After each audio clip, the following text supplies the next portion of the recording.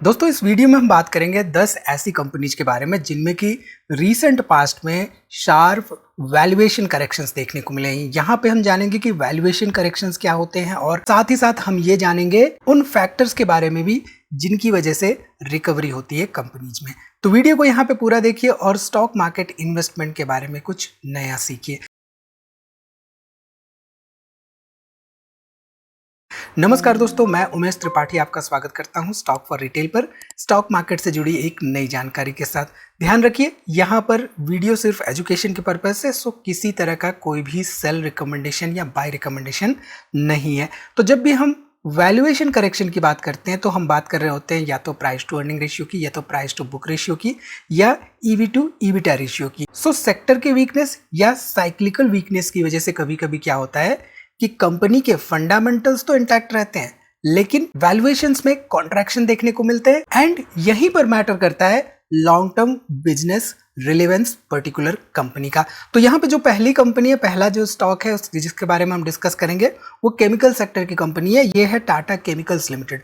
अब ध्यान दीजिए तो यहाँ पे आप देख सकते हैं कि ईवी टू ईबिटा रेशियो जून 2025 में 13 के मल्टीपल में था और रिसेंटली देखें तो यहाँ पे आपको 10.8 के आसपास ईवी टू ईबिटा रेशियो देखने को मिल रहा है। तो जो EV to EBITDA ratio currently 10.8 के आसपास चल रहा है, ये अपने median EV to EBITDA ratio के आसपास चल रहा है। प्राइस टू अर्निंग रेशियो अगर हम यहाँ पे देखें तो प्राइस टू अर्निंग रेशियो में भी आपको एक शार्प करेक्शन यहाँ पे देखने को मिला है। 90 के आसपास प्राइस टू अर्निंग रेशियो हुआ करता था और यहाँ पे रिसेंटली देखें तो करीब करीब 59 के आसपास प्राइस टू अर्निंग रेशियो देखने को मिल रहा है। अब generally price to earning ratio से हमें एग्जैक्ट वैल्यूएशंस को समझने में मदद नहीं मिलती है, हमें कंपेयर करना होता है उसके सेक्टर के प्राइस टू अर्निंग रेशियो से। But EV to EBITDA ratio से हमें जनरली कंपनी के वैल्यूएशंस समझने में मदद मिलती है। अब यहाँ पे अगर हम टाटा केमिकल्स की बात करें तो अगर हम ध्यान दें तो पिछले कुछ क्वार्टर्स में इनफैक्ट फर्टिलाइजर सेगमेंट में मार्जिन्स पे प्रेशर देखने को मिले।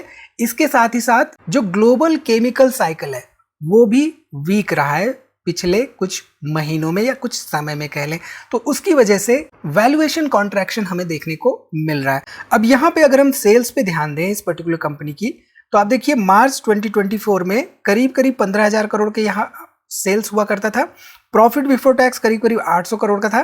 करंटली देखें तो मार्च 2025 का डाटा 14,887 करोड़ रुपए के आसपास सेल्स देखने को मिल रहा है और प्रॉफिट बिफोर टैक्स यहाँ पे करीब करीब 554 करोड़ रुपए के आसपास देखने को मिल रहा है। तो यहाँ पे because of the cyclic nature and global pressure यहाँ पे देखें तो सेल्स एंड प्रॉफिटेबिलिटी में थोड़ा सा डिप देखने को मिल रहा है। ठीक है, चलिए अब बात करते हैं दूसरी कंपनी के बारे में। तो यहाँ पे जो दूसरी कंपनी है वो कंपनी है यूपीएल लिमिटेड। अब यूपीएल में अगर हम देखें तो ईवी टू ईबिटा रेशियो जो हुआ करता था ये 15 के मल्टीपल्स में हुआ करता था और ये करीब करीब जनवरी फरवरी 2025 की बात है। अब यहाँ पे रिसेंट डाटा के हिसाब से अगर हम ध्यान दें तो ये जो रेशियो है करीब करीब 10 के आसपास आ चुका है, जो कि अपने मीडियन रेशियो के आसपास देखने को मिल रहा है। ठीक, अब यहाँ पे यूपीएल में अगर हम देखें तो सेल्स इनकी मार्च 2024 में करीब करीब 43,000 करोड़ रुपए के आसपास थी, जो बढ़ के मार्च 2025 में 46,000 करोड़ रुपए के आसपास हुई। अब यहाँ पे कंपनी ने लॉस जनरेट किया था मार्च 2024 में, यहाँ पे करीब करीब 829 करोड़ रुपए के आसपास हमें प्रॉफिट बिफोर टैक्स देखने को मिला था मार्च 2025 में। तो रीसेंट डाटा देखने के लिए, recent sales and profitability data देखने के लिए हमें generally quarter on quarter performance देखना होता है। तो यहाँ पे अगर हम रीसेंट क्वार्टर के परफॉर्मेंसेस पे ध्यान दें तो जून 2025 के बाद से यहाँ पे हमें रेवेन्यू एंड प्रॉफिटेबिलिटी में ग्रोथ देखने को मिल रही है यूपीएल लिमिटेड में। अब यूपीएल लिमिटेड की अगर हम बात करें तो ये अगेन एक केमिकल सेक्टर से कंपनी बिलोंग करती है एंड अगेन एग्रोकेमिकल सेक्टर में हमें स्लो डाउन देखने को मिला है डिमांड में एंड मोर ओवर यहाँ पे डेट कंसर्न भी देखने को मिल रहे हैं। ठीक है, चलिए अब बात करते हैं यहाँ पे तीसरी कंपनी के बारे में। तो तीसरी कंपनी एक डिफरेंट सेक्टर की कंपनी है, वोल्टास लिमिटेड। यहाँ पर अगर देखें तो 85 के मल्टीपल्स में ईवी टू ईबिटा रेशियो हुआ करता था जुलाई 2024 में, ये करेक्ट होके 31 के आसपास आ गया मई 2025 में एंड करेंटली देखें तो 53 के आसपास चल रहा है, जो कि अगेन अपने मीडियन ईवी मल्टीपल के आसपास देखने को मिल रहा है।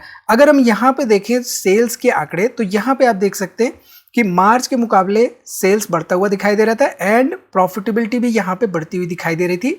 मार्च में 2025 में। तो वोल्टास की अगर हम बात करें तो वोल्टास में जो प्रोडक्ट सेगमेंट है राइट, वहां पे इन्फ्लेशन काम करता है और इन्फ्लेशन का प्रेशर देखने को मिलता है ऐसी कंपनियों में जहां पे प्रोडक्ट्स के दाम over a period of time बढ़ते ही बढ़ते हैं एंड बिकॉज ऑफ कंपटीशन यहाँ पे मार्जिन प्रेशर भी देखने को मिलता है। सो ऐसे बिजनेसेस में अगर हम रिकवरी पोटेंशियल की बात करें तो यहाँ पे रिकवरी कैसे हो सकती है। देखिए पिछली 2 कंपनियों की रिकवरी के बारे में हमने बात नहीं की, आप उनके बारे में कमेंट करके बताइए। बिजनेस सेगमेंट अगर हम समझते हैं तो हम ये समझ सकते हैं कि रिकवरी कैसे हो सकती है कंपनियों में। अब यहाँ पे वोल्टास कंपनी बिजनेस क्या कर रही है, उसके प्रोडक्ट्स क्या हैं, उसके एंड कस्टमर्स कौन से हैं और उनकी डिमांड एंड सप्लाई कैसी रहती है, किन सीजन्स में उनके प्रोडक्ट्स की डिमांड ज़्यादा रहती है, किन सीजन्स में कम रहती है। तो एसी एंड कूलिंग प्रोडक्ट्स की डिमांड अगर बढ़ती है तो ऐसे में ऐसी कंपनियों की सेल्स में हमें ग्रोथ देखने को मिलता है। अल्टीमेटली हमें बाकी जो फैक्टर्स होते हैं फंडामेंटल्स के वो इम्पैक्ट होते हुए दिखाई देते हैं। ठीक है, चलिए अब यहाँ पे बात करते हैं डिक्सॉन टेक्नोलॉजीज लिमिटेड के बारे में। अब ये पर्टिकुलर कंपनी किस बिजनेस सेगमेंट से बिलोंग करती है। आप जो सैमसंग का मोबाइल यूज कर रहे हैं या डिफरेंट मोबाइल यूज कर रहे हैं डिफरेंट कंपनी का, उसके पैकेजिंग में देखिए कि किस कंपनी ने उसको मैन्युफैक्चर किया है। टीवी आप जो इस्तेमाल कर रहे हैं उसके पैकेजिंग में देखिए किस कंपनी ने मैन्युफैक्चर किया है। तो कौन सी कंपनी क्या प्रोडक्ट मैन्युफैक्चर कर रही है, इसकी इंपॉर्टेंस हमारे लिए होती है हमारे ओवरऑल एनालिसिस में। यहाँ पे ईवी मल्टीपल अगर हम देखें तो 2024 में करीब करीब 108 का था, जो करंटली यहाँ पे देखें तो रिड्यूस होके अपने मीडियन ईवी मल्टीपल से भी नीचे चल रहा है, करीब करीब 34 के आसपास यहाँ पे देखने को मिल रहा है। और यहाँ पे अगर हम सेल्स के आंकड़े देखें तो सेल्स देखिए 17,000 से 38,000 करोड़ रुपए के आसपास मार्च 2025 में देखने को मिल रहा था एंड 400 करोड़ से प्रॉफिटेबिलिटी यहाँ पे करीब करीब 1570 करोड़ रुपए के आसपास देखने को मिल रही थी मार्च 2025 में। अब रीसेंट क्वार्टर्स में क्या कुछ इंप्रूवमेंट्स या चेंजेज या रिडक्शन हुए हैं इसके ओवरऑल सेल्स या प्रॉफिटेबिलिटी में, वो आंकड़े आप देखिए और वीडियो के नीचे कमेंट करके जरूर बताइए। जब आप कमेंट करते हैं तो बाकी लोग जो देखते हैं वीडियोस उनको भी समझ में आता है कि हाँ भाई आपने वीडियो देख रखी है और आपने वीडियो में बताई गई पॉइंट्स को फॉलो किया और फॉलो करने के साथ ही साथ कुछ ना कुछ नया सीखा है। ठीक है, सो ओवरऑल यहाँ पे अगर हम डिक्सॉन टेक्नोलॉजीज की बात करें तो रीसेंट पास में हमने देखा है कि इलेक्ट्रॉनिक्स मैन्युफैक्चरिंग सेगमेंट में काफी ज्यादा प्रेशर रहा है because of certain higher expectations, जिसकी वजह से कंपनियों के ओवरऑल स्केल पर इंपैक्ट देखने को मिला है। ठीक है, चलिए अब यहाँ पे बात करते हैं अगली कंपनी के बारे में। तो ये कंपनी है दीपक फर्टिलाइजर्स एंड केमिकल्स लिमिटेड। अभी देखिए तो इसका जो ईवी मल्टीपल हुआ करता था जुलाई 2025 में वो 12 के आसपास हुआ करता था। रिसेंटली देखें तो 8 के आसपास चल रहा है, अगेन अपने मीडियन ईवी मल्टीपल के आसपास चल रहा है। यहाँ पे अगर हम देखें तो सेल्स 8,600 करोड़ से बढ़कर 10,200 करोड़ रुपए के आसपास मार्च 2025 में देखने को मिला था और प्रॉफिटेबिलिटी यहाँ पे 1189 करोड़ रुपए के आसपास प्रॉफिट बिफोर टैक्स देखने को मिल रहा है।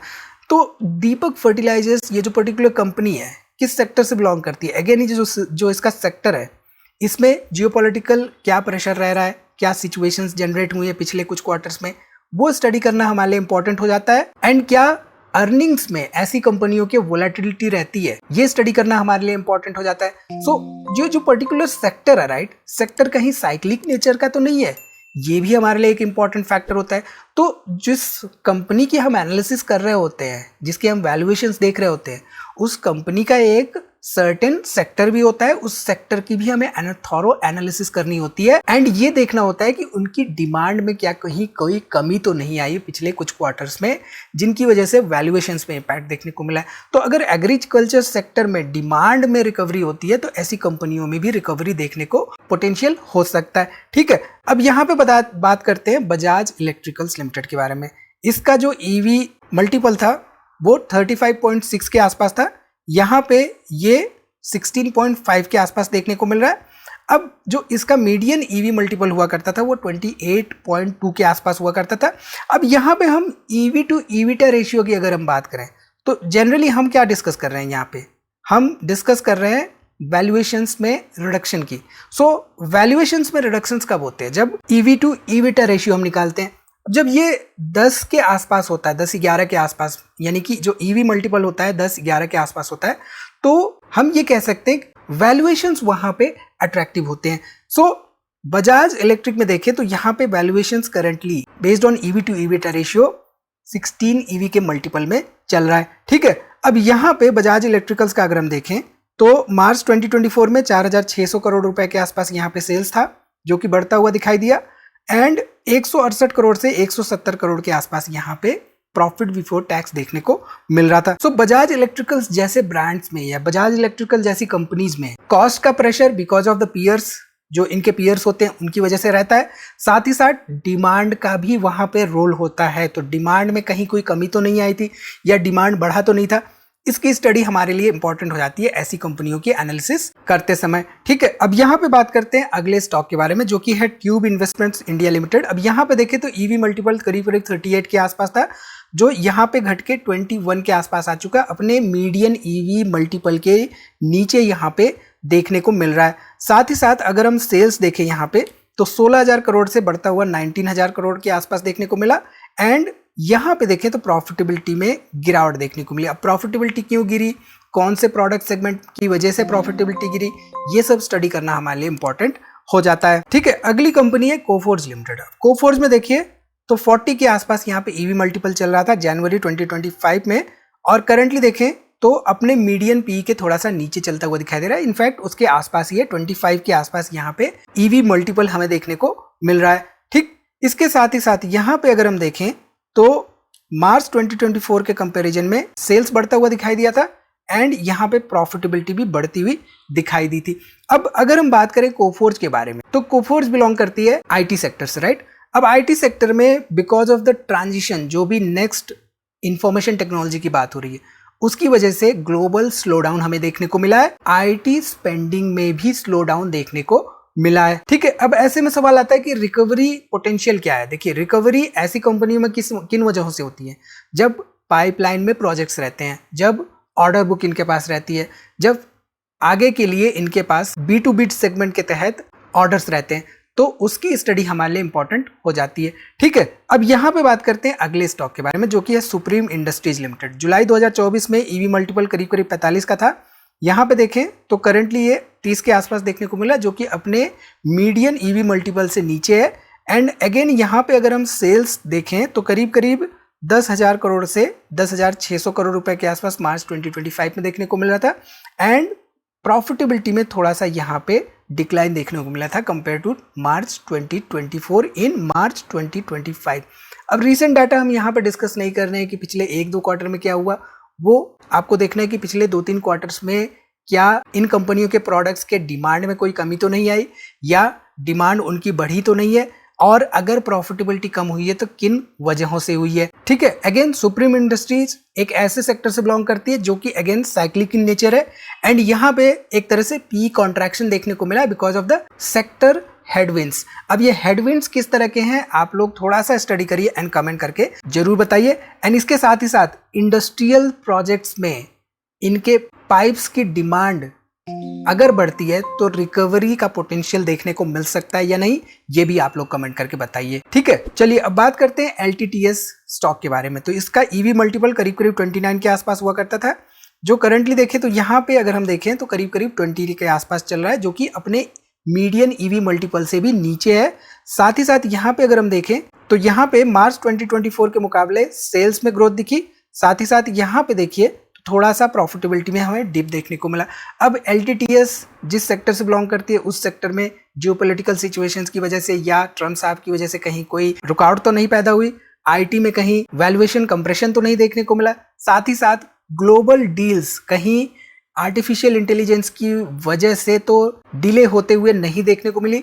ये सब स्टडी करना हमारे लिए इंपॉर्टेंट हो जाता है ऐसी कंपनियों की एनालिसिस करते समय। ठीक, अब यहाँ पे बात करते हैं आज के लास्ट स्टॉक के बारे में, जो कि है क्रॉम्पटन ग्रीव्स। इसका ईवी मल्टीपल 30 अगस्त 2024 के आसपास 37 के आसपास था।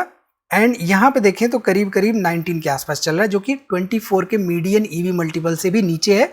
एंड यहाँ पे अगर हम देखें तो यहाँ पे आप देख सकते हैं कि इसका जो सेल्स है पिछले साल के मुकाबले मार्च 2025 में बढ़ता हुआ दिखाई दिया। एंड प्रॉफिटेबिलिटी देखें तो यहाँ पे बढ़ता हुआ दिखाई दिया, 756 करोड़ रुपए के आसपास प्रॉफिट बिफोर टैक्स देखने को मिल रहा था मार्च 2025 में। सो क्रॉम्पटन ग्रीव्स एक कंज्यूमर बेस्ड कंपनी है। कंज्यूमर बेस्ड कंपनी में कहीं डिमांड की वजह से तो पी कंप्रेशन नहीं देखने को मिला, साथ ही साथ क्या कमोडिटीज के कॉस्ट वजह बना इसके वैल्यूएशंस के करेक्शंस में।